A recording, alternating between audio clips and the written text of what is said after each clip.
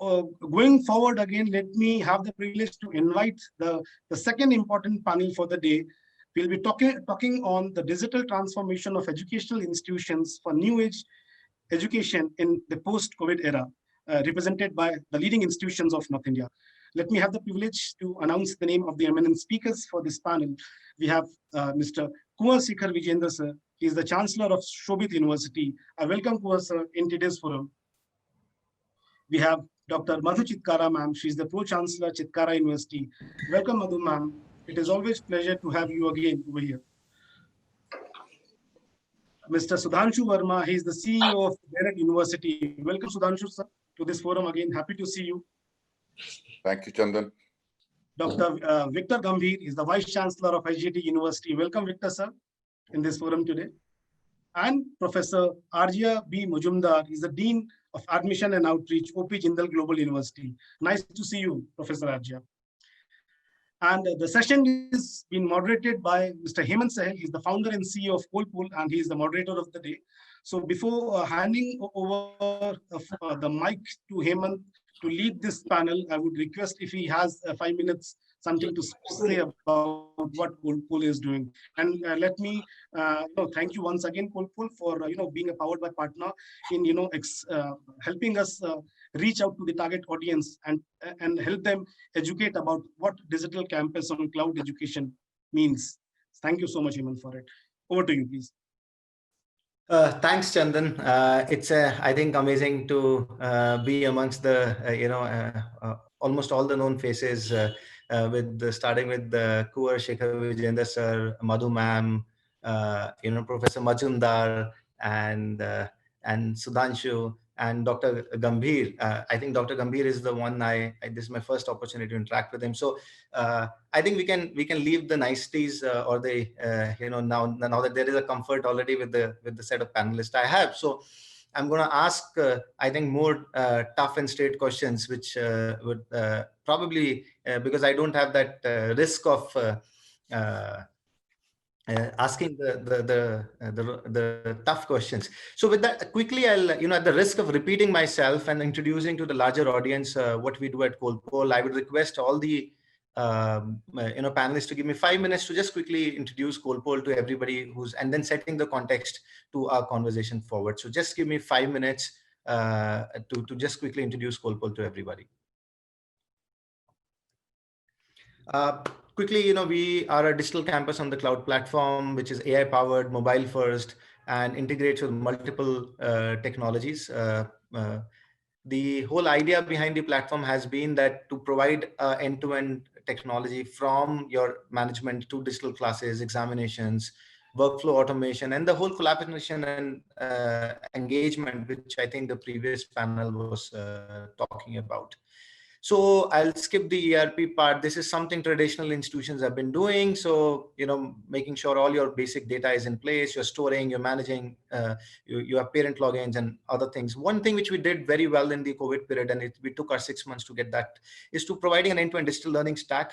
So what we do today is we provide you complete academic administration, top it up with the learning management system, which is world-class in nature, which allows you to have stream videos inline, have pre-recorded sessions, have diversity of assessments like discussion forums, quizzes, assignments, to ensure that there is a very lively, engaging, collaborative learning environment available to your students and faculty members. On the examination, making sure you can conduct examinations, the physical side to it, which is the invigilation to other things, and also helping you with online assessments, which are proctored in nature. So using the best, advanced artificial intelligence technology to provide you examination solutions.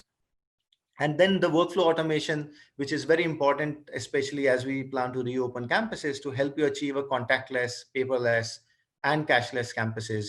So where you can have n number of workflows right from your bookings, requests, applications, grievances, across functions, HR, finance, operations, hostels, security, all of that automated exactly the way you want, without any additional cost, without any cap on the number of things that you can automate.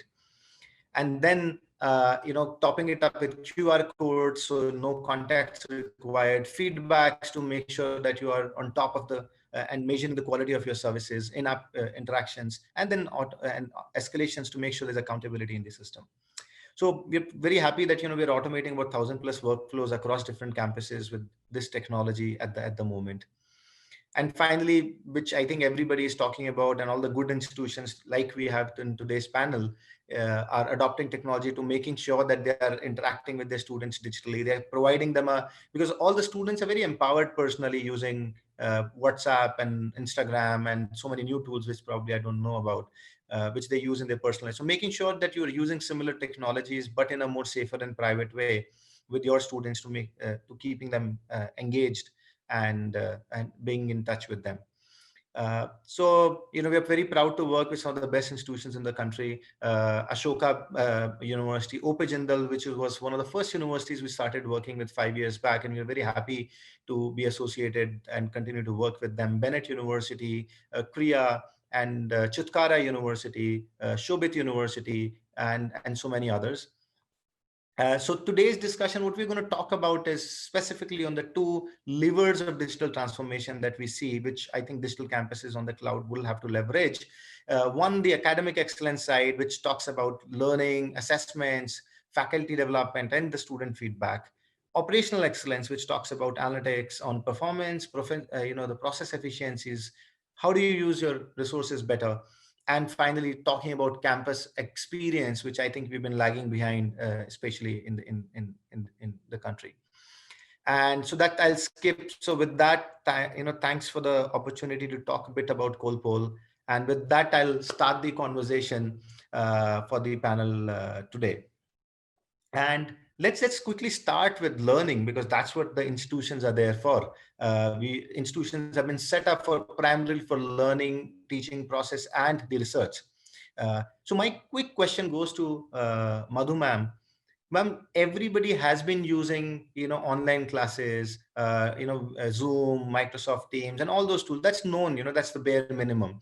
What I would want to hear from you specifically is areas you see beyond just delivering lectures online. What do you see technologies can play a larger role in beyond just conducting classes? I think, thank you, Hemant. Always very nice to talk to you. And whenever you are a moderator, I think it becomes very comfortable for all of us to reply, because you are basically a technology person, and we become very comfortable with sitting with a person like you. So I think when, if you see that what happened, and today is the topic where I think it's a proper time to talk about. I think last 3-4 months we were talking about that when the lockdown is there, then how the things will be moving. But now the scenario is changed. Now coming to the, I think, normal happenings are, and people as students have started coming to the campuses. And now what are our responsibilities post-COVID? Now we can say that it is a post-COVID scenario, and started working from the campuses. And now it is not purely online campuses. Now it is somewhat of combination of online and offline. So I think as a university, in the last panels also, when we were interacting, I always said that we were very comfortable because we started very early, 2-3 years back, for coming to the online classes, the MOOC sessions. So everything was very comfortable with the Chutkara University. But if you see as a whole, if you talk about our country, if you talk about the world as a whole, what are our responsibilities? The education is what we have to do. So I think now we must say that the emergency is now not that type of thing, and normal is returning. So it is somewhat, we can say 40-50% the normal scenarios are coming, and higher educational institutions, we have to do more.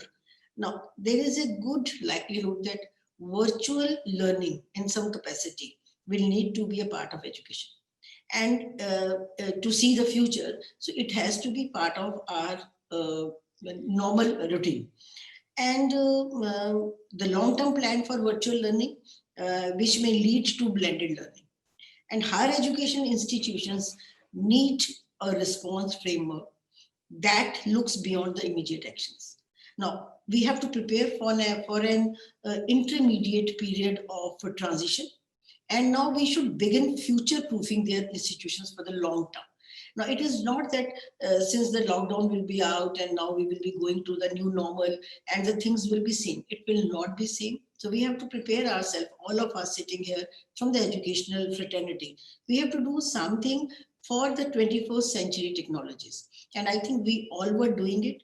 And if you see the current state of technology and platforms, choices make it easier for universities. Like Colpol, you were saying, we are using it in MBA classes, and very, very comfortably they are using it. And they were very comfortable because Colpol was there with MBA schools. So they were very comfortable. And for other schools also, we were having different platforms.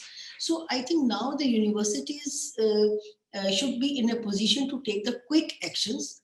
And if the coronavirus crisis occurred a decade ago, I think it would have completely crippled these institutes. If you see that now, since we were going towards the technologies and using the technologies, using different platforms, and I think every university was doing it. And so now we should have extensive broadband access, reliable communication tools, and we should use friendly tools, video conferencing, for example.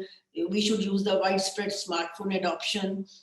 And now the institutions can easily and cost effectively secure licenses for students and for the teachers. Because we have seen that sometimes there was a problem that a student said that we don't have a license for that particular app or particular platform. So now it becomes a responsibility of the institutes to give that opportunity to the students. I think now we have to do that for the we should be very forward looking, and new age technologies has to be used. And for that, we have to give the budget to the technological infrastructure, then the physical infrastructure. I think that we all should discuss about it, that how to, I think next topic can be that how this budget can be diverted to these type of platforms and these type of technology. Then only Absolutely. all will be very comfortable. Sure. Thank you, ma'am. I think, definitely I'm going to cover a little bit of that definitely in the today's discussion as well. Quickly moving to, Kuvar Shekhar Vijender, sir. I remember January is when we started working with the university, and we didn't have any COVID compulsions at that time to really, to have this decision to be taken. My question to you is, sir, from January to now, we are in December, the 1 year has gone. And I think we have gone through a whole cycle of that, how things changed quickly in March when, COVID and the lockdown happened. I want, sir, because your institution has a very diverse set of students who come, a lot of them also come from rural areas, or students who were actually not very technology from a perspective of devices. And so I would want you to share some best practices that Shobhit University followed, because I'm sure a lot of universities are actually going through that in terms of one, upskilling the staff members and faculty members to adopt the newest technologies, and second, providing support to the students so that there is no digital divide and you are not leaving anybody behind. What are the best practices from Shobhit University's success that you can share with the participants today? Thank you very much, Hemant. And it's always a pleasure to be with Asma, with Chandan, with Dr. Madhu Chitkara, and everybody in the panel. So, January when we discussed, and as you mentioned that in our university, as we have two universities, so one of our university being in a rural area was an excuse not to explore technology much by our team. However, in our second university, we were doing that. And if I look at what best practices we had or what learning we had, so I can divide it into different phases. Like if I look at from March to May, when it started I remember on 16th, 17th of March, we decided now we have to go and online education has to start in both our institutions. So one, thank you, Colpol was there as one of our strong technology partner, and it helped us a lot. And a lot of mutual learning and new technology development was there, because we always had something new challenge for Colpol. Now we want this thing to happen this way. So you have to do it for us. And I'm really happy that your team was doing it for us every time. So if I look at March to May, it was more like that how to continue this teaching, research and working conditions. This change is coming. So that was the biggest challenge during that time. And we were using everything possible. Like I remember right from social media, Facebook or LinkedIn or even WhatsApp, to the best Zoom or anything, whatever was possible, we were using it because we wanted to ensure that a continuity and normality in the eyes of both student and their parents should be there. That yes, university is doing it. We are able to deliver it. And we came across the inequalities between those students with resources and technologies means at their disposal, and there were many those who were not having anything in their hand. So these 2 months, if I look at March, April and May, half of the May, so it was a fear zone for us, and everybody was in fear what to do, how to do, and how best can be delivered with limited resources. But I must compliment our academic team also. That fear became a learning, and from June onwards, like 2-3 months, we were in a intensive learning mode. And what we were doing, in-house training, we were doing consolidated the technology ability. We were working on the connectivity of the students. We allow students to teach classes in their way, whatever they felt, and they were more confident. We were working on pedagogy innovations. We were working on content creation. A lot of new things started. So curricula, evaluation methods, support material, assessment systems. Slowly, everything, all those tools we started using more effectively. And suddenly we found that this learning is giving us a lot of new things, and that fear of that digital divide, it started disappearing, because as new tools were there, new technology we were using, and it started disappearing. Then if I look at August onward to November, we all were in action mode, because examinations were over, admissions were going on, placements were going on, research outputs had to be there for assessment, a lot of things had to be there. And security issues started coming, which initially, if we look at, initially nobody realized it. When I was using Colpol, or I was using Zoom, or I was using WhatsApp, or I was using anything else, so the idea initially was that it should continue. But slowly, when examination, assessment, and other activities started, then we started working on security issues, which is very important indeed. And everybody has to look into that, because that is going to be the crux of the technology in later stages. So in third stage, internal data now is being compiled, centralized, everything is being handled on case-to-case basis. Otherwise, it was going on as a group. And plannings are designed for everything now. Like SOPs are there, and whenever SOPs are there, we are finding the gaps there. Examination, admission, placement, health and safety for all, as Dr. Chitkara mentioned. Now we are in blended mode, because some of the students are coming to campus, some of them decided not to come to the campus.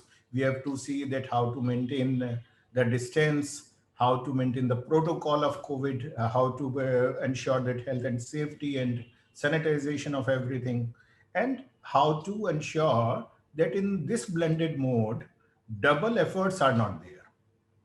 Because many of the students, those who are sitting in the class, the same class lecture has to be delivered to the students, those who are not coming to us. So it means now more integration of technological resources is there in our classrooms and labs.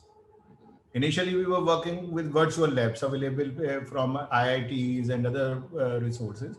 Now we have to develop our own.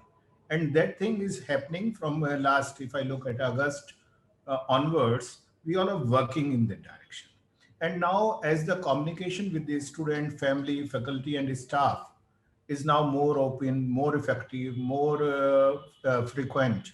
So naturally, more queries are there, more challenges are there. Now a demand is coming because there is no fear. We are out of learning zone. Action is happening. Now, what I am looking forward, like now December is coming. Now adoption mode will be there. Now we are looking forward that what is the best available for us, because what may be best for any other university, it may not suit Shobhit University. Even in Shobhit University also, one of our university may be very comfortable with one technology, but the second university may need something else. So now adoption part has come, and this adoption part is taking time.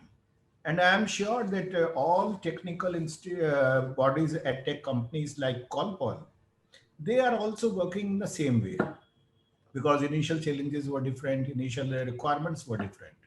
Now you have to see that how you can give us a secure environment. Having ERP is fine, and requirements are different. How on a low bandwidth I can deliver more effectively now, because now I will not like to use WhatsApp or social media or anything else. I will like to integrate everything.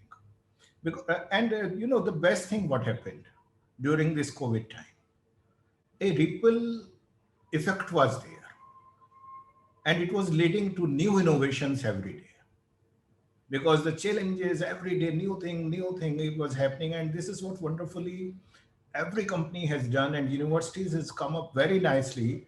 And I'm always happy when I listen to Dr. Madhu Chitkara, because we are meeting more frequently than actually we ever met. And like every week, at least once we are meeting on these virtual platforms, that when I listen to her, because she's a teacher also, I'm not. So she knows the pain of a teacher. She understands the psyche of a student, and she's an entrepreneur also. So when I listen and I see a confidence in the technology and working, how the things are happening, so definitely things are happening, but now more concern has to be there that security issues have to be taken care. One more thing which is very important, Hemant, what it is, I was going through a report of World Economic Forum. I was looking at what the world is doing, what the world was talking about it, and how we are taking up this thing, how the universities are coming about. So what I was seeing globally, like government is proactive. I'm not telling that our government is not. Our Honorable Prime Minister is very dynamic. He's working in every direction. Our Honorable Minister, Education, with the new education policy, we can see his enthusiasm and his impatient behavior that yes, it has to be implemented very effectively, and he's reaching out to everybody. But otherwise also, what is required. The question what you raised, there are 1,000 plus universities. If I look at even assessment, accreditation, around 30-35% only are accredited. And there are many universities, those who are in public sector, those who are not able to do what minimum we were able to do, we all. There are so many things which need to be done, because education is not something where we have to just transfer the knowledge. So government has to seriously think on the importance and right now to safeguard universities as national assets of knowledge and social cohesion. Universities need support because, okay, technology forum will come, everything will come. But every university needs something which government should support, because it is not for me, it is for the students, those who are there. Because nation building will happen when universities will be strong, and here government should also come up with all the efforts, but what as individual universities are doing, or tech companies are doing, or what we are doing together. So we are looking forward, and definitely adaptation is happening now. The new things will come and we will adopt the best practices. And I'm again happy that Colpol is there with us. Thank you, Shekhar sir. I remember that there have been such amazing ideas that have come from your teams that we have incorporated in making technology more, I think, more accessible. Maybe we were only limited to at the risk of maybe mentioning that maybe we were more used to the general global universities where the environment is different, and we had to do a lot of course correction in making it more accessible. And that, now that I mentioned Jindal, quickly going to Professor Majumdar, apart from several hats you wear at Jindal University, I know for sure you are a very popular and a rockstar professor at the university. So my question to you, which is very important in today's context, I know that you've been using technology very effectively, even in the early days, to connect with the students using Instagram, and you are actively using, let's say, Twitter and other channels. Now, do you think it's time for institutions to also start thinking of building their own internal communities which are digital in nature, where there are less barriers between professors and students and staff members, and they're able to interact more freely, communicate more freely, and engage with each other, considering that there might be more teaching that will continue to happen digitally? Do you think there is a value in outside classroom, more unstructured, informal learning that and new models can be built there to improvise the learning outcomes? Right. So thank you so much for that question, Hemant. And of course, great to see you again in a different avatar, perhaps. We've known each other for many years now. But I think one approach to your question could be, it depends upon the institution, right? Now, whether the institution believes that there should be a healthy conversation happening outside of the classroom, right? Now, typically traditional universities, you will have an interaction between faculty and students within the classroom. And as you mentioned, should they have, should they have conversations outside? At OP Jindal Global University, because it's a residential campus and all of us stay together, all students, staff, faculty, etc., there tend to be more conversations that happen on campus outside of the classroom. So it's not unusual to see a tutorial session being held over dinner, perhaps, right? So that's the sort of one of the philosophies or one of the practices that we have. Now, how do we move that online, right? So, and different technologies and different platforms have different advantages, right? And I know that CallPaul has this wonderful discussion forum that is available, and anybody can make a post and you can keep commenting on it. And that sort of drives a lot of engagement. And we've been using CallPaul now for 5 years.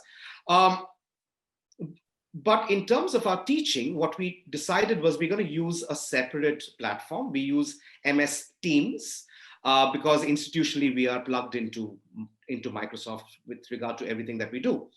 And strangely enough, and this really came about as a pleasant surprise, that when we put our students into a team, right? So for example, I teach an elective course on mergers and acquisitions. So I will have my 20 students, my assistant instructors, etc., and we're all together on that one team. What ends up happening is, and this is of course the institutional decisions that we took, that every class that we would take, every tutorial we would take, it would have to be recorded, so that our students who come from far corners of India and perhaps across the world, they have an opportunity to learn asynchronously in case of internet issues or electricity issues. What ended up happening was students automatically started conversing with each other on that platform, right? We didn't have to goad them. We didn't have to engage with them separately, right? So after class, somebody has a doubt, somebody has a question. As a faculty member, I can say that they decided to just reach out to the faculty members on that platform itself, not on Twitter, not on Instagram, but on that little private, intimate sort of room that we'd created for them in MS Teams. Now, most online classroom delivery softwares, and I'm using these words very carefully, these are not necessarily online or virtual teaching softwares. The delivery has gone online. It's not the class that has gone online. And if there is an opportunity, I'll explain why I said that. Many of these online delivery softwares, they have this similar feature, right? Whether you're using Zoom, whether you're using Google Classroom or MS Teams, they will all have this feature where participants in a room can continue the conversation even after the formal engagement has closed down. Now, depending upon student activities, we could set up, they have been able to set up their own teams as well. They've been able to set up their own groups as well. And funnily enough, faculty members and staff aren't allowed into those platforms. So there's a certain sense of, sanctity for students as well. Of course, there are faculty interaction sessions as well. But I think one of the biggest challenges about online learning and teaching, apart from connectivity issues, apart from I now have to let the world into my bedroom, apart from all of that, is that of staying connected and the feeling of staying connected. And this is very important for us, for many of the other residential universities that are here on this panel. And the sense of belonging and identity tends to get lost when you're stuck in your bedroom for 10 months, 11 months. So I think it's very, very important for institutions to drive this sort of engagement, this conversation outside of the classroom as well. Because at the end of the day, when a student comes to Jindal or when a student goes to Bennett or Shobit, they identify as a student of that university. And it's important for them to have other people around them so that that sense of identity is maintained, right? Hopefully that answered your question, Hemant. Back to you. Sure. I do have an extension to the question for you, but I'll come back to you with that. Quickly going to, Sudhanshu, you come from a very, successful corporate career and then getting into education. I think what COVID did was it opened the eyes of a lot of institutions in terms of the inefficiencies that they had in their physical environments. And now when the institutions are planning to open up, they are thinking of, hey, how many classrooms do I really need, for the classes that are going on? And what do I need to do differently? For example, there's so much of automation happening in hostels, in canteens, in the other operations that happen in the university. So my question is, going forward, as now institutions start to open up, what trends do you see, or what areas do you see technology playing a large role in making sure we are far more efficient and effective in terms of our operational in the campuses going forward? And what are the areas you see already that technology can find inroads and make a big impact?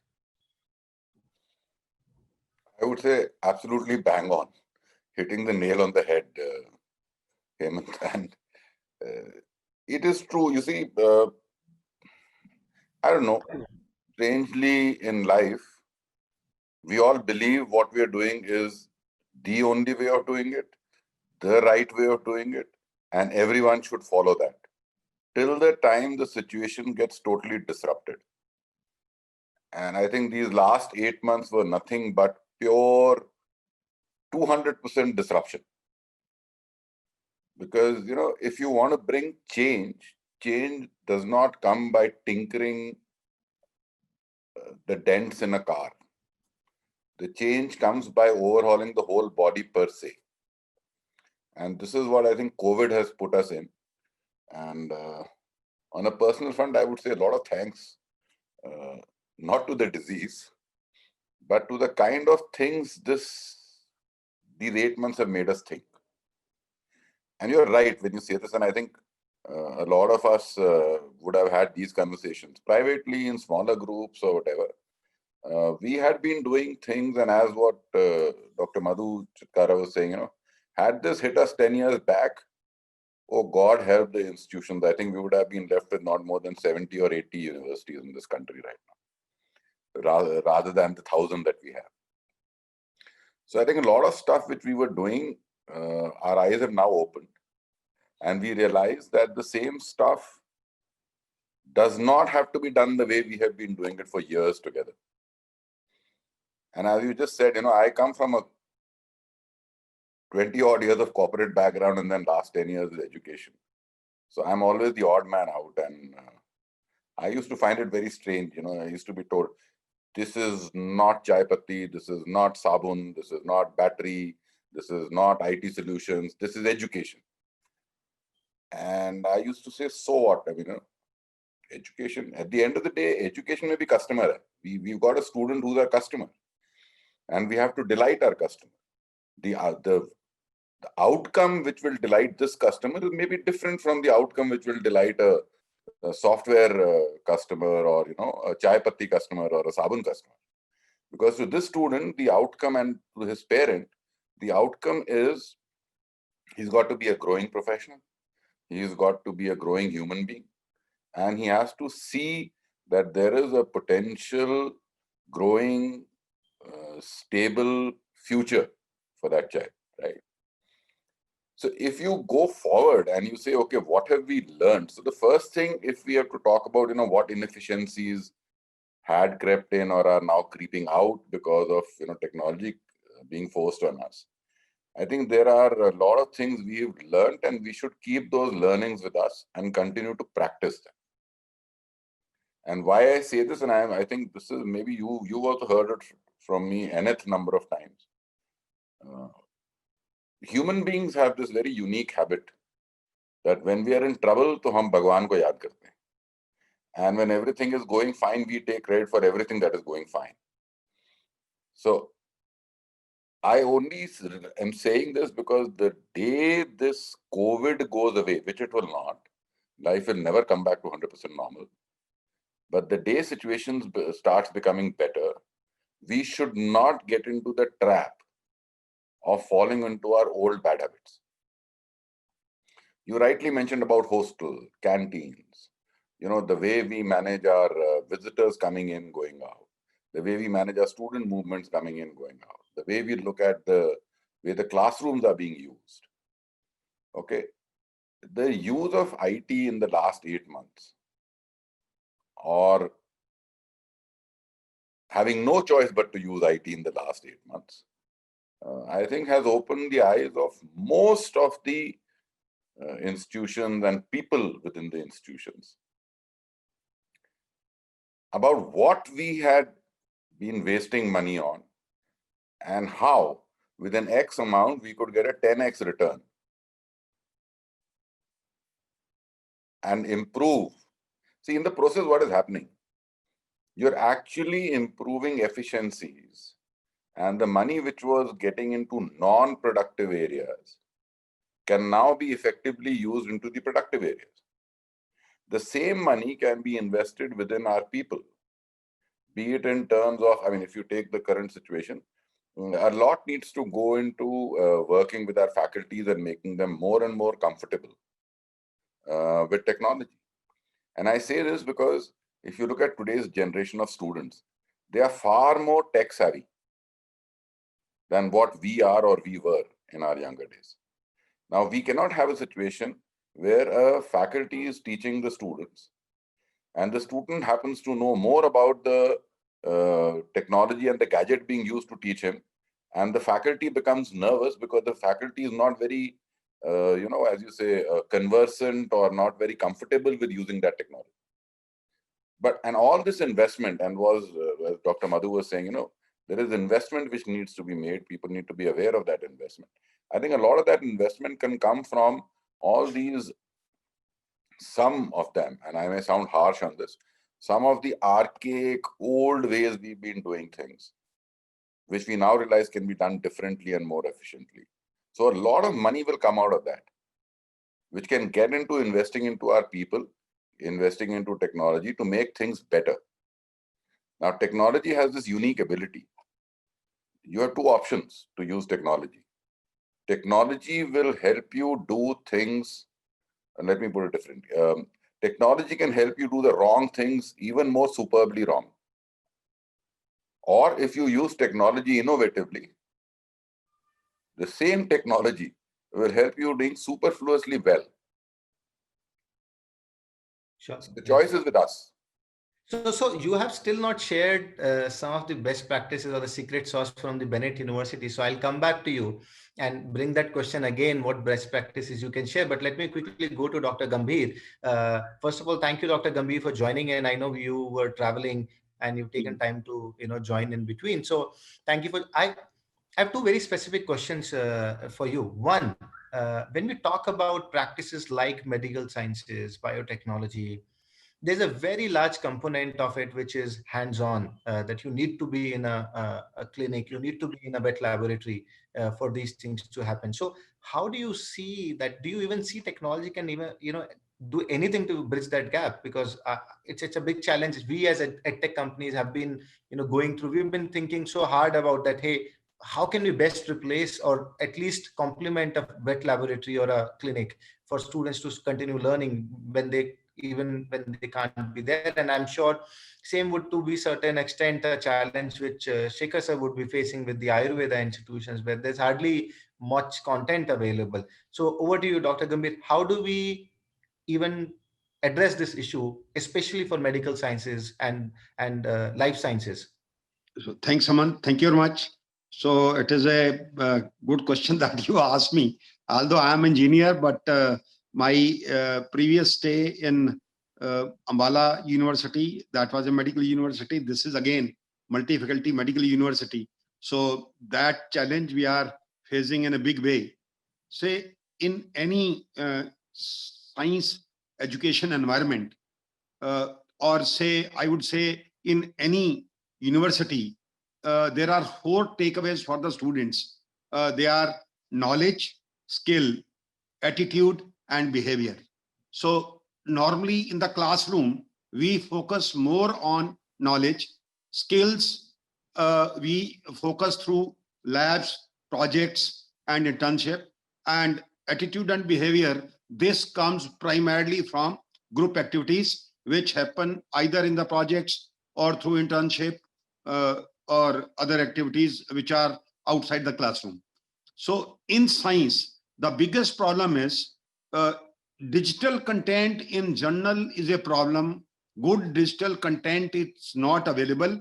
And if you need to create your own digital content, that is again a big challenge, because say what SGT University, what we have done, I have only I have been here only for last 6 months. So when I joined, already management has invested in a big way in employing the teams who empower the faculty for digital content creation through 3 different type of trainings. Number 1, how to say work in front of camera, behavior, diction, voice modulation. That was the part which was done by one team. Then doing videos, how to prepare a good video using various technology form. That was another. And third was editing. So huge investment was made, large number of people were employed, and almost more than 400 faculty members, they were trained in creating video content. And in last 6 months, around 300 people could produce about 6,000 10 to 12-minute videos, which are now part of the delivery which is being made as on date. And that content is not even say small fraction of the total content which is required. And good quality content, it is a problem. As Mr. Majumdar mentioned, that we have not say taken the classroom to the students. We have only taken delivery to the students through online interaction. So what exactly is happening? Say when in medical context, when I talk about a student doing say anatomy lab, a student was doing actual dissection on a body and learning. Then there was another student, senior student, who was talking to the patient, sitting with the doctor and acquiring certain skills. That part, unfortunately, has not gone very strong. We are still struggling. It was mentioned by Mr. Vijendra that virtual labs are available from IITs and other things. But when we actually talk about on ground, it is very difficult to manage lab classes through online delivery, and that is because of non-availability of a good content.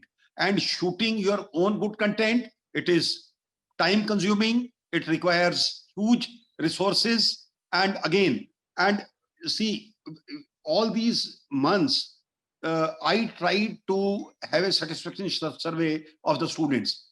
Our more focus was on, say, delivery, classroom delivery, online.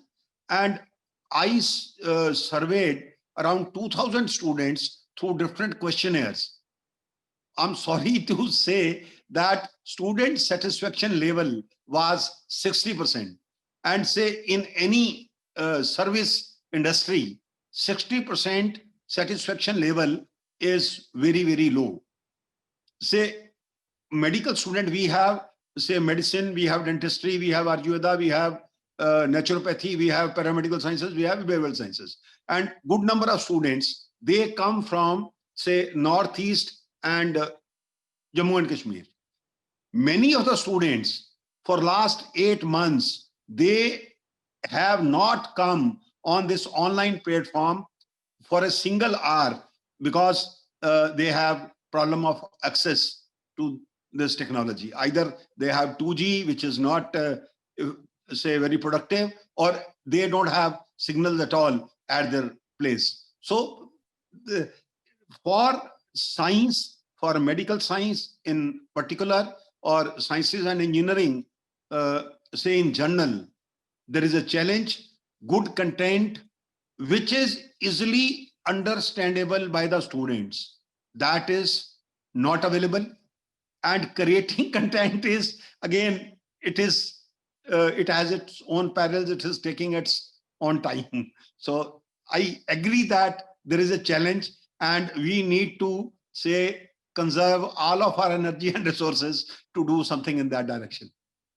Sure. Thank you, Dr. Gambhir. And I think that, there's a big takeaway for me personally that, maybe we need to invest in better tools for faculty members to author content in a more simpler ways, so that, the availability of content should stop being a challenge in the fields where there is not enough content. Yes. So with that, quickly, going back to to Professor Majumdar. First, just a question where I want you to answer yes or no. Do you see at least 25 to 50% of the classes, even if when university is open, continue to be pre-recorded? Because I see that, except few courses, obviously, in most courses, I see there is a value of being on the asynchronous mode, so that there's more time left for conversations and interactions. And there's more self-paced learning on the student side. Do you think that that's one? And second, you're a man with ideas. Why don't you share one or two areas where you think technology has not yet gone in, as a professor, as a person who's leading admissions and outreach for a university, and also you've been a part of APSI and several different teams in the university. One or two areas where you think, hey, look, technology is hardly scratching the surface. Why are you guys not? So any few areas where you see there is a more scope there? Sure. Thanks, Hemant. I think that when we move back onto campus, there is an argument that could be made for pre-recorded online content, which can be made available to all students as a philanthropic gesture, can be made available to all, the world at large, right? Which could also sort of showcase the faculty's strengths, right? If that's what you're trying to project to the outside world for the admissions people who might be listening. So that's something that is definitely on the cards, right?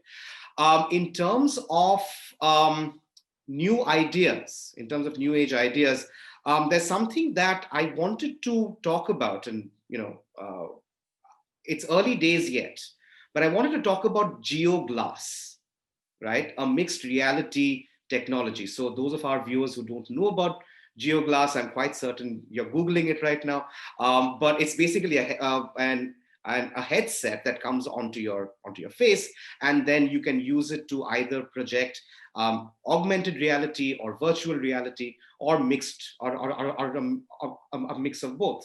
Now, one idea that I have, Hemant, that I will charge royalty for this if you plan to implement it, is that use GeoGlass to take class. So if this is possible at all, so a student puts on GeoGlass, right, and sees herself in a classroom.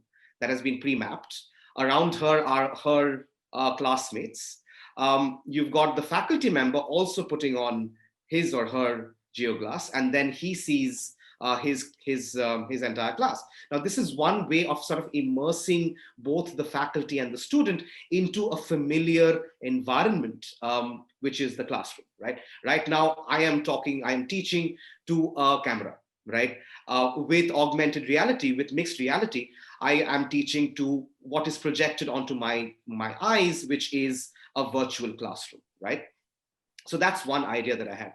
The second one is that we need to definitely, and I know you mentioned this earlier, we definitely need to move to asynchronous learning, right? Which means that a lot of the content that we already have, and you know, this is easier said than done. And I know that Dr. Gambhir spoke at length about you know, how practical classes can be conducted. Thankfully, we are a non-STEM university, so there are hardly any practicals that are in the traditional sense that we have to conduct.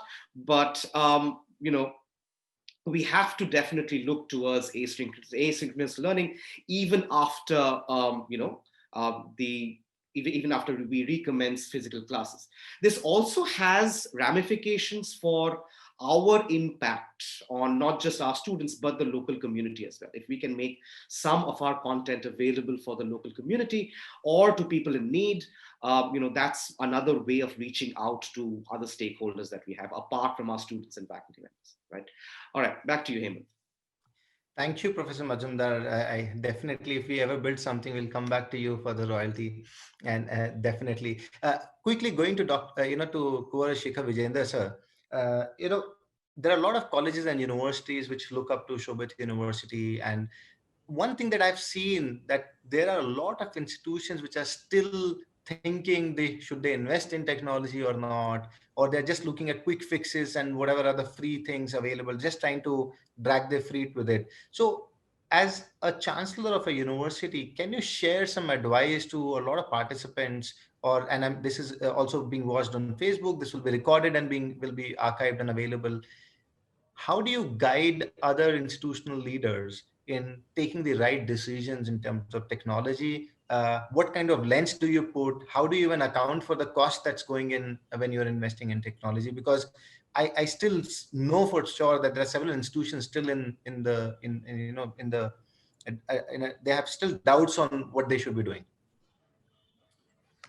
So thank you, Hemant. And I should not advise the education leaders. I can share what my own experience is. There is a saying that either invest in a book or remain an idiot. So the same is with technology today. Technology today brings not only transparency or efficiency, it is the need. And that need we all have to understand.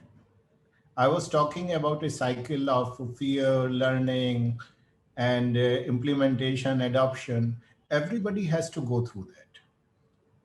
And as early as good. Because, you know, today what is happening, I will not buy this argument that the world has changed and now new normal will be that everything will be digital and everything will be this blended mode only and this and that. Yes, integration will remain there, and we will find better ways how to give students a personalized learning mode and how we can empower them in a better way. So, you know, generally what is happening? One, as I mentioned, that many times cost is a factor. Number two, many times there are fears. And this fear is actually about not knowing, fear of unknown. And this fear of unknown, how it can be removed, that young people like you, entrepreneurs, when they go and meet, instead of sending a marketing person, and they explain how it is going to add value, the change starts coming. This is one. Secondly, as Professor Majumdar mentioned, we all have to come in a philanthropic way. all these discussions, debates, webinars, whatever we are doing, they are going to help. And many times I always say that, especially in our university and to many other people, that let us have these debates, webinars in local regional languages also. Because we are not talking about 1,000 universities only. We are talking about 40,000 plus higher education institutions. Those degree colleges, those who are in villages, small villages, with thousands and thousands of students. They do not know what we are talking about. They do not know what we have experienced about. They do not know about this laptop or iPad much. So we have to speak the language they understand. And we have not to speak just for our business model. We have to speak to get this nation empowered. Because we cannot afford that major part of the country, it remains in dark, it remains somewhere where it should not be. We have to do the hand holding. But I always say that I will repeat it again. Like in Shobit University, we are having one SEIZ. I believe you must have listened it 100 times from me. Okay. And why this SEIZ? It is actually a hand-holding exercise where I say skill, entrepreneurship, innovation zone for those who cannot afford to come to the university as our student. They are the students, those who are in villages, in small schools or colleges. We call them, we say, okay, come and use our infrastructure. Come with your ideas. The same thing has to be done with the content. But that content has to be in local languages. I'm happy that our new education policy is talking about that, but it is talking at very primary level. We have to see in higher education also. I was going through a news, I believe you must have also read it, that BHU is planning to go with BTech degree program in Hindi next year onwards. So I would like to see that when in Kolkata, some institute or university will start in Bengali, or somewhere, everywhere it has to be. Maybe this is an experiment. We may fail, but we have to do this experiment with the possibility that it can happen. So this is the only way. There is no other way. So what do you have? Yeah, thank you, sir. No, absolutely. There are so many institutional leaders I talk to, I work with. And when I say come over to a panel, then he says, sometimes they say, what is the mode? Is it only in English? I say, yes, sir, it's only in English. He said, no, I will not come then. Because we have to also, I think we have been personally thinking a lot about it. And in fact, I and Chandan would probably have a chat after to also conduct webinars in local languages so that people who are more I would say not that they can't speak English, but they're more comfortable in their local languages, and we can have that discussions definitely. And that with the context of sir, what you mentioned, I'll quickly go to Madhu ma'am. Ma'am, one of the challenges with technology, which is also good but also has a downside, is that technology brings in far more transparency and accountability. Yes. And in a large university like yours, where there are 15,000 plus students and there is hundreds of staff members, that's not always welcomed. And then that's where the technologies get stuck between the leaders like you who want it to bring in transparency and accountability, and some of the staff members or leaders in the institutions who want to run away from accountability, or may not run away, but maybe have initial fears that how do you handle that? Because that's a really tough challenge. Very, very well said, and I think very appropriate question to be asked at this platform. And one thing I wanted to tell you, Hemant, that you were talking about Kumar sir also was telling about that we have to have some webinars in our language. So we experimented some of the webinars during this COVID, and that we did in Punjabi language. So it was so hate because we have adopted 5 villages around our campus, and we have a Chitkara radio 107.8. So when we did that, everybody was on that platform and they were feeling very, very comfortable. So one we did with CM Saab in Hindi also. and with the minister also. So I think that we should start doing it. And I think we also request Chandan that next session can be in the mother tongue, and whosoever want to talk about in Hindi or Punjabi or English, any language can be the liberty to do that. I think Chandan is listening to me and we can do that. So I can drag my feet in Punjabi, so let's do it in Punjabi next time then, ma'am. any mushkil nahi hoegi, Hemant. So I think that will be good. So you were talking very well. Asked question is that there was an inhibition of opening up with the new technology, and some of them were not very comfortable. So what we did in Chitkara was that first of all we listed the stakeholders. Now, who all were the stakeholders when that COVID situation came? So the stakeholders, the first was the students. Very foremost important vertical of education was the students. The second was the faculties, right? Third was, if you see, if in the whole cycle of this gamut of COVID, it was the IT infrastructure guys who were handling IT infrastructure. I think that was the most important vertical. Normally, as a teacher, I always say that it is a triangular process. There is teacher, taught, and the stakeholders. But here, in this, it becomes a square, and one vertical was very important, was IT infrastructure. And those people should be on the same platform, and then the management, right? The deans, the directors, we at that point. So how we started doing is that, first of all, we made all of them to be part of this ecosystem. And we knew that now technology is a critical business tool. It will be in post-COVID era also. And now all organizations need to be able to thrive to impart education digitally. It means now everybody should be comfortable, and if they are not comfortable of doing it, so what we did was that we did the mentoring session. So we had a hand-holding session with the people, with the faculty members, those who were not comfortable. So we did the team teaching type of teaching. So as being a teacher, I was used to do that team teaching. I am a mathematics teacher, used to be a mathematics teacher for the last 44 years. So what I used to do was that I was very good in modern mathematics. So the number system, the everything, there's a probability, but I was not very comfortable with the debentures, with the stocks. And so I always used to ask my very senior teacher that, ma'am, you please take this topic in my class, and I will take your all the technology thing and all program instruction, everything, I will take care of it.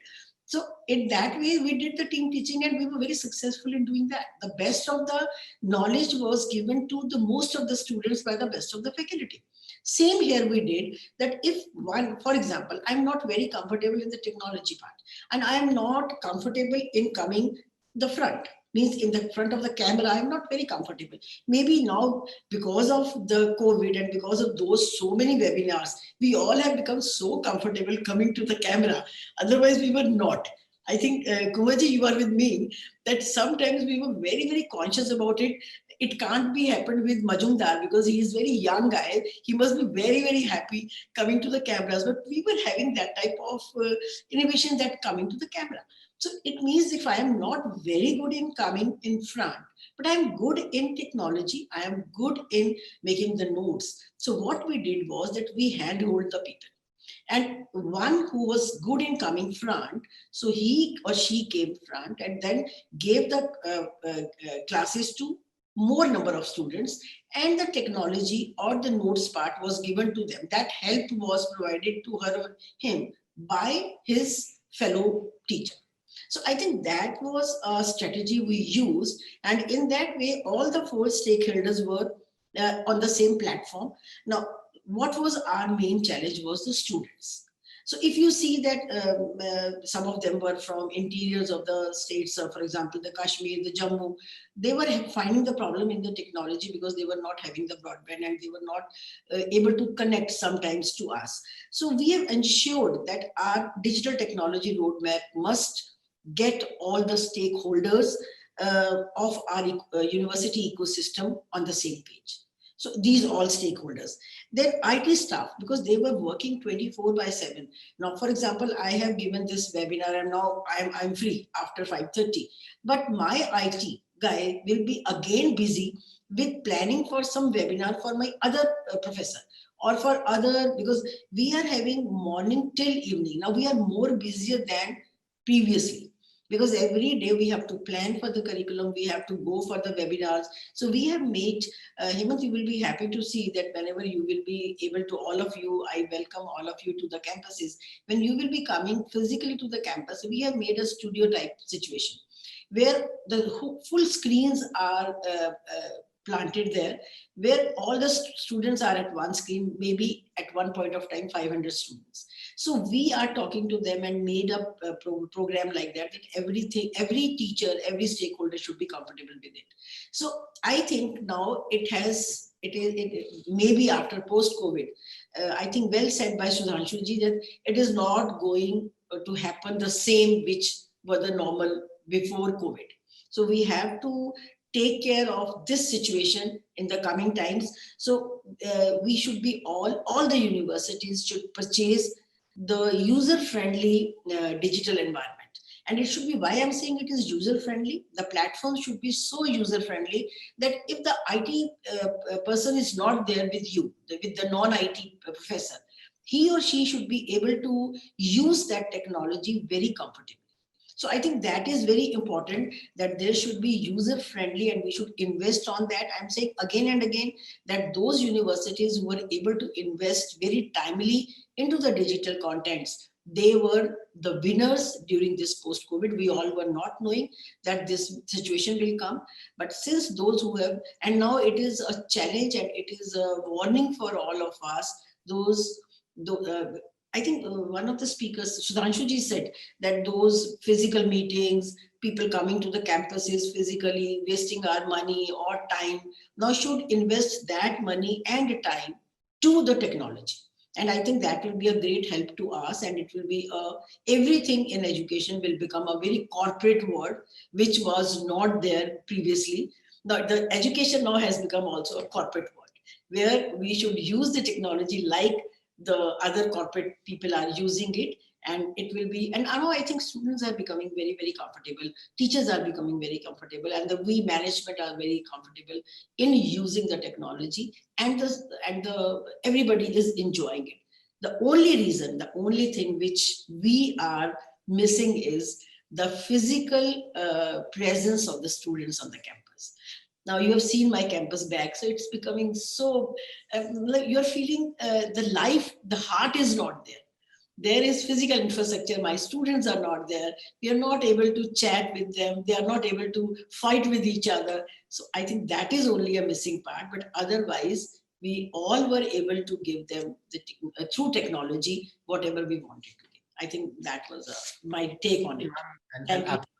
And like I think Kursher always mentions that there is also larger ecosystems around universities which are impacted, with the COVID. And on a lighter note, I think I just got to know for the first time that you were a mathematics teacher. If I would have met you 15 years back, I would have really feared you, because I was very bad at mathematics. And I started my teaching career in '76. So I'm always P2P, so primary to PhD. I taught primary school teachers also, then shifted to college and then the university. So my experience is from primary school teachers to the PhD, guided PhD also. It's a hardcore, and in our case, me, my husband, both are mathematics. So we always say as a joke for our campus that in our case, it is 1 + 1 is not 2, it is 1 + 1 11. So from educationists, teachers to entrepreneurs, it is a big journey, and I think it was a challenge for us. And no, definitely, and a big congratulations to you. I think the way Chitkara University has grown up, definitely you made 1 + 1 as 11. So congratulations, ma'am. Quickly going to Dr. Gambhir, and specifically new education policy is brought in very, I think a lot of good things, but at the same time, it's also added a lot more complexity to the system. And a lot of institutions were already struggling with the existing complexities. Now there is more. We are talking about credit bank. We're talking about multiple entry exit systems. Most of the universities will have to adopt choice-based credit system that they didn't have earlier.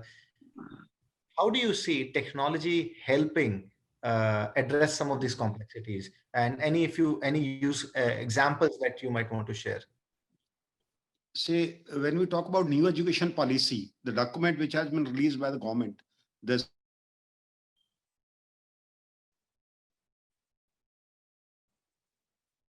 I think some connectivity issue.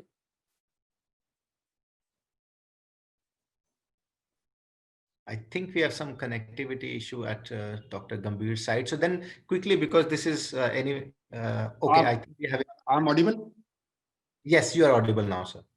So this new education policy, the present document is a very abstract one, and there are so many things which are totally dependent on the technology. When a question is asked, technology or no technology, I think the equivalent question will be bullock cart or a aircraft or a modern metro or public transport system. So there is no question that technology has to come. There is no alternate to technology. Technology should be used as a good slave rather than a master. So technology has no alternative. Number two, say when we talk about new education policy, I have been dealing with this curriculum development when I was joint director in Technical Education Department, Government of Haryana. So I was looking after all technical courses. The challenge was that whenever, say, new subjects were supposed to be introduced, we added a few more subjects without, say, removing the redundant one. Because nobody allowed us to remove those subjects because teachers were more comfortable in those subjects, and the new subjects were left to the youngsters because they were comfortable. They could only adapt to those kind of subjects. So we always kept on adding, say, new subjects. We kept on removing labs. So we kept on compromising on skills. We kept on, say, adding more and more knowledge. And end of the day, STEM specifically, the skill part has gone. Like Madhumar was mentioning, say, starting from Chitkara classes to Chitkara University, they have created a huge ecosystem for STEM in Tri-City. But say when we talk about, if I need to solve a matrix at a workplace, I have to find a solution which is solution of a matrix. In university, I do it in a paper and pencil mode on notebook. But in workplace, I do it only on computer. 90% of the mathematics still we do in paper and pencil mode. But 100% problem solving in mathematics happens at the workplace through laptop or through using various software. So there is a huge mismatch. So technology definitely will play a bigger role in developing skills, specifically lab-based skills. They can be developed only using technology. There is no other way out. Say, we can't find, there is no alternative to that.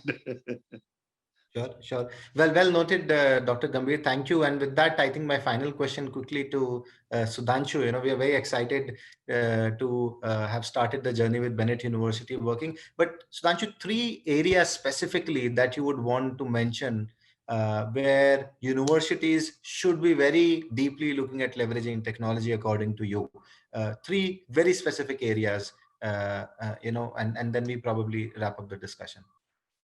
Okay, so one, of course, is academics. And I think academics,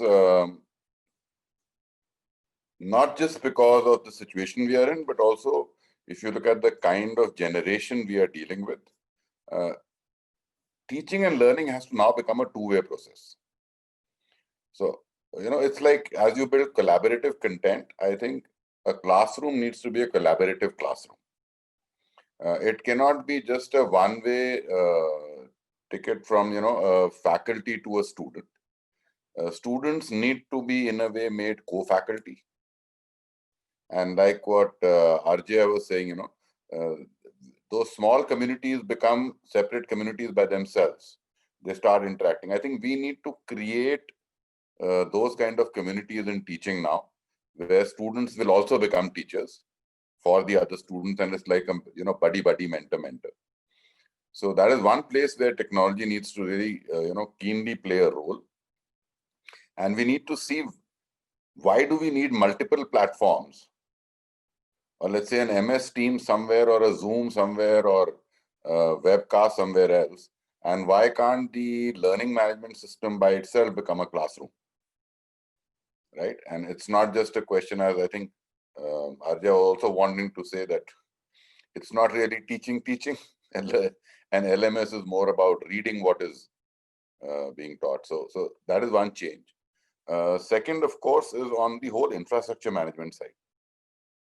See, people have finally woken up to the fact that a lot of things need not be done physically. Okay, similar to what Dr. Gambhir was saying. In the university, तो हम paper pen से करते हैं, office में laptop से करते हैं. Now, people have also realized that a lot of stuff in which we've been maintaining those registers and filling forms and writing out forms and all that need not be done that way. And there are very simple tools and simple solutions. A lot of them exist in your own solution. One of the reasons why you got Bennett. So if those things are understood, and they are the ones which are going to create more efficiency, not just in, see, end of the day, we have 24 hours. We have to use those 24 hours. Now, how I use those 24 hours is going to be driven by what do I do in those 24 hours and how much time do I spend on each of the activities. So the lesser my physical time goes into an activity, the better it is for me. I keep on telling my team, I said, you don't get time, you have to make time. So I think that is where technology will play a very key role across all functions in the university in helping people make time. The last and not the least is, of course, there is a huge role we are seeing which technology will play in when it comes to admissions. And it has to be used very innovatively when it comes to admissions. One of the things which I want to point out over here, and that's a favorite of mine, and you've heard this many times from me, is in the academic piece of technology, I think a key thing which is missing today is about analytics. And I truly believe, and if you remember during the Manipal days, I used to talk about this, that when you have an LMS and you are doing your assessments, and whether it's mock exam or mock quiz or practice quizzes and all that, my system should be able to narrow down to an individual student and throw up analytics saying, this child is strong in this part of the subject in this chapter and is weak in this part of the subject in this chapter. And through technology, it is possible. Physically, it is not possible. So this whole thing which we keep on talking about, that the pace of learning can be individualized to a student is truly possible if we can build this analytical system within the academic part of it. If we do that, you can actually teach 200 people at the same time, but at their individual pace. Because you will know for each of those 200, where is it where there is a weak link? And that is what you will tackle. Otherwise, you would end up teaching the same thing to all the 200 guys in the same way. And one point which I want to make, and I think Kuvarji had mentioned this, I am a very strong believer that the wealth of this nation is in the hands of this generation, which is going through the education system over the last maybe decade to a few decades to come. And if all of us very strongly believe that that is where the wealth of this nation is, then we have to do what it takes to ensure that we give this generation the best of knowledge, the best of skills, which will help build the future of this country. Because we are no less and will never be any less than anyone else in the world. And there are many, many things we can do where this whole thing called a brain drain of kids wanting to run out of this country or professionals wanting to run out of this country can all be reverted. We only need to be more and more focused. We have to be more and more committed. And we have to, as a starting point, genuinely believe. And in doing all of this, not everything can be done in a physical mode. And one question which you asked, Ajay, and I want to just comment on that, is on, whether we see this online learning, teaching and all continuing. Very honestly, please don't mind my saying this. I said this in many webinars earlier also. We all want to do that, okay? But we are not sitting in that room called UGC or AICT. Ideally, if you want to achieve that GER ratio of, I guess now they're talking of 50% or 30% or whatever. In 50 the next by 2035. 50% by 2030 कह रहे हैं sir अभी वो. 30. Which means we'll have 8 crore kids enrolled at any point of time, which means as per the 1:20 ratio, we need to have 40 lakh PhDs. And I think Madhu ma'am is smiling, so would Kuwar ji very soon. 40 lakh PhDs तो मेरे ख्याल से हमारे साथ कुछ Sudhanshu ji, एक और problem है. If we bring somebody like Sudhanshu Verma from corporate world to teach our students, or Hemant to teach our students, that will be better than teaching that technology by a teacher. But that will not be counted in the teacher ratio. हम PhD नहीं है ना ma'am. That is, मैं तो MBA भी नहीं हूँ. I have not even done an MBA. Corporate world say, when we talk to the people from industry, now I will give you one example. Python was to be taught to all our computer science students in first year this semester. So when we were talking about Python and we were talking to our teachers, so they said that maybe that particular fellow from that particular industry, I don't want to name the industry, if he will come and he will teach, it will be better.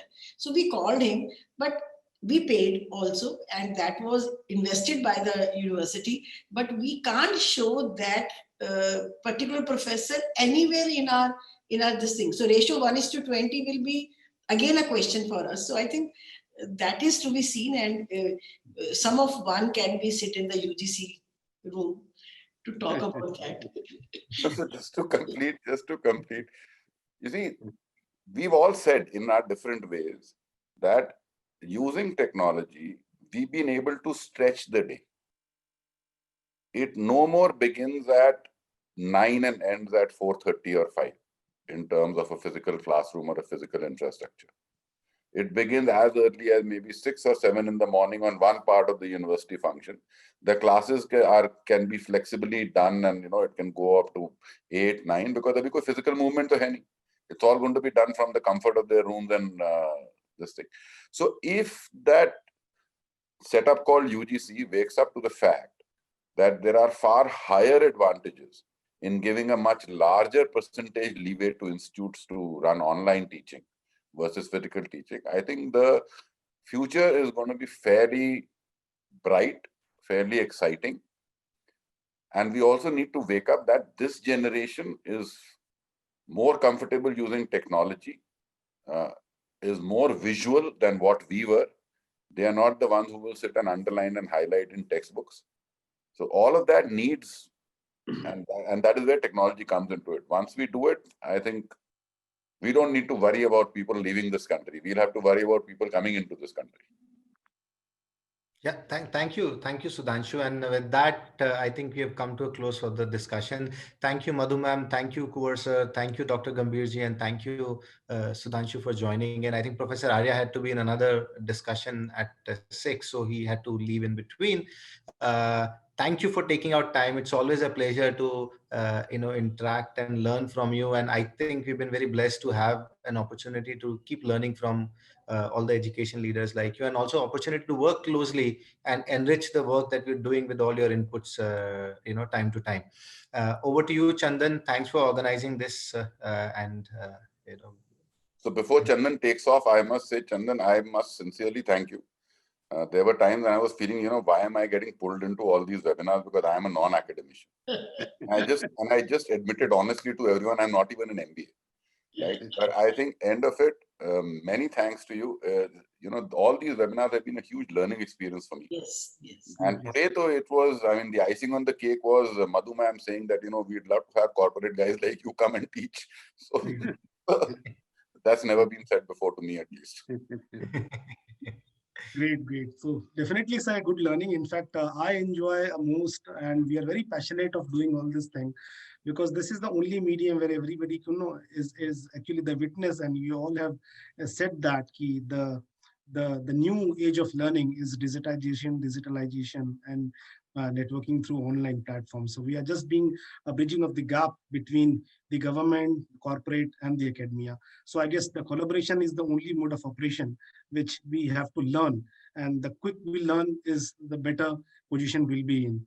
And thank you so much, all the eminent speakers. The kind of work you all are doing in your leading institutions are actually, showcasing the other emerging players in the industry, that what we have to do. The kind of, I would say, and must admire the way Kumar sir also appreciated the work of Madhu ma'am, and the way you have transformed yourself from teacher to entrepreneur.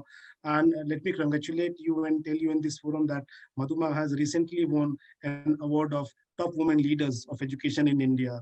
So Asma organized that award, and we were very honored and very happy that our organizing committee and the jury members selected Madhu ma'am as one of the top 20 leaders of education in India. So that is all for your hard efforts, ma'am.